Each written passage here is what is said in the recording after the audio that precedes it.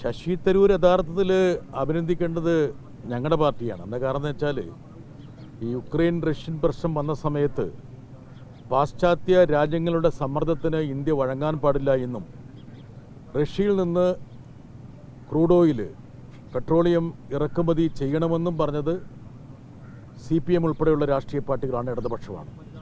അന്ന് അതിൽ ചില വിയോജിപ്പുകൾ ശശി തരൂർ ഉണ്ടായിരുന്നു. ഇന്ന് സ്വാഭാവികമായിട്ടും ഞങ്ങളന്ന് പറഞ്ഞിരുന്നത് ശരിയാണെന്നും നരേന്ദ്രമോദി അപൂർവമായിട്ടാണെങ്കിലും ഞങ്ങളെപ്പോലുള്ള ആൾക്കാർ പറഞ്ഞത് അനുസരിച്ചിട്ടോ അല്ലെങ്കിൽ കേട്ടിട്ടോ റഷ്യയുമായിട്ടുള്ള ഊഷ്മളമായ ബന്ധം മുന്നോട്ട് കൊണ്ടുപോയി. അതിൻ്റെ ഗുണവും രാജ്യത്തിനുണ്ടായി. എന്താ കാരണം എന്ന് വെച്ചാൽ രാജ്യത്തിൻ്റെ പെട്രോളിയം ഇറക്കുമതിയിൽ 40% ഒരു ഘട്ടത്തിൽ റഷ്യയിൽ നിന്നായി.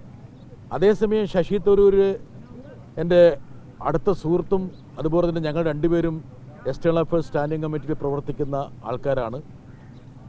അദ്ദേഹത്തിനറിയാം, അദ്ദേഹം വിളിച്ചു ചേർത്ത യോഗങ്ങളിൽ തന്നെ ഈ പാശ്ചാത്യ രാജ്യങ്ങളുടെ സമ്മർദ്ദങ്ങൾക്ക് ഇന്ത്യ വഴങ്ങുന്നതിനെതിരെ നിരവധി അംഗങ്ങൾ ചോദ്യങ്ങൾ ഉന്നയിച്ചിരുന്നു. ഉദാഹരണത്തിന് ഇറാനിൽ നിന്ന് വില കുറവിൽ പെട്രോളിയം ഇറക്കുമതി ചെയ്യുന്നതിനെ മുമ്പ് അമേരിക്ക എതിർത്തപ്പോൾ അതിന് ഇന്ത്യ വഴങ്ങിക്കൊടുത്തിരുന്ന ഒരു അവസ്ഥയുണ്ടായിരുന്നു. അതുപോലെ ഇന്ത്യയിലേക്ക് നാടുകടത്തപ്പെടുന്ന ഇന്ത്യക്കാരുടെ അവസ്ഥയെക്കുറിച്ചുള്ള ഒരുപാട് ഉത്കണ്ഠകൾ ഈ എക്സ്റ്റേണൽ അഫയേഴ്സിൻ്റെ സ്റ്റാൻഡിംഗ് കമ്മിറ്റിയിൽ ഉയർന്നിരുന്നു. തൃപ്തികരമായ മറുപടിയൊന്നും കേന്ദ്ര ഗവൺമെൻറ് നൽകിയില്ല. ശശി തരൂർ ഒരു പക്ഷേ ഇപ്പോൾ വിദേശ നയവുമായി ബന്ധപ്പെട്ട കാര്യങ്ങൾ പരാമർശിക്കുമ്പോൾ അക്കാര്യങ്ങൾ കൂടി പരാമർശിക്കണമെന്ന് ഞാൻ വിനീതമായി അദ്ദേഹത്തിനോട് അഭ്യർത്ഥിക്കുകയാണ്.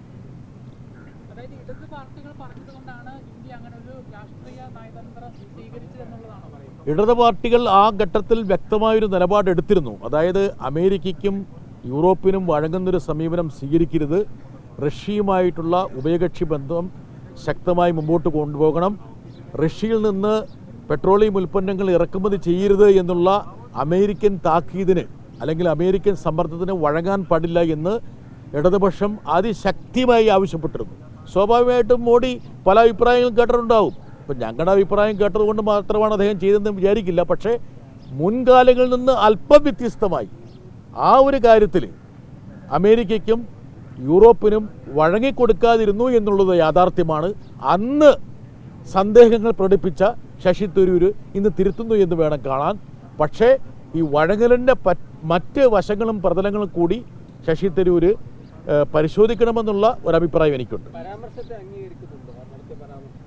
അല്ല, ശശി തരൂർ എന്ന് പറയുന്ന ഒരു ആഗോള വിശ്വപൗരനും ആഗോള നയതന്ത്രജ്ഞനുമാണല്ലോ. അദ്ദേഹത്തിൻ്റെ പല രൂപത്തിലും ഭാവത്തിലുമാണല്ലോ അദ്ദേഹം പറയുന്നത്.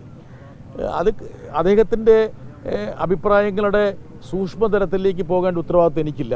അത് കോൺഗ്രസ് പാർട്ടിയാണ് പോകേണ്ടത്. അദ്ദേഹം പ്രവർത്തക സമിതി അംഗമാണ്. വേണമെങ്കിൽ ആ പാർട്ടിക്ക് പോകാവുന്നതാണ്. ആ പാർട്ടിയിൽ രണ്ടഭിപ്രായം ഉണ്ടോ എന്നുള്ള കാര്യം അവർ പരിശോധിക്കേണ്ട കാര്യമാണ്. ഞാൻ ഈ റഷ്യയുമായിട്ടുള്ള ഇന്ത്യയുടെ ബന്ധത്തെ മുൻനിർത്തി അന്ന് ഇടതുപക്ഷം കൈക്കൊണ്ടിരുന്ന ഒരു നിലപാടും റഷ്യൻ ക്രൂഡ് ഓയിലിൻ്റെ ഇറക്കുമതിയെക്കുറിച്ചുള്ള ഞങ്ങളുടെ പരാമർശങ്ങളുമാണ് ഞാനിവിടെ ഓർമ്മപ്പെടുത്താൻ ആഗ്രഹിച്ചത്.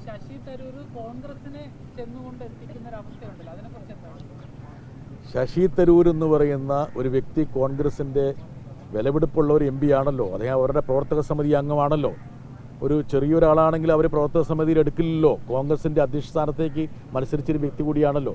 അതുകൊണ്ട് ആ പാർട്ടിക്ക് ശശി തരൂരിൻ്റെ നിലപാടിനെക്കുറിച്ച് ചിന്തിക്കാനും വിചിന്തനം നടത്താനും അത് സംബന്ധിച്ചൊരു നിലപാടെടുക്കാനുമുള്ള പ്രാപ്തിയും പ്രാഗൽഭ്യവും ഉണ്ട്.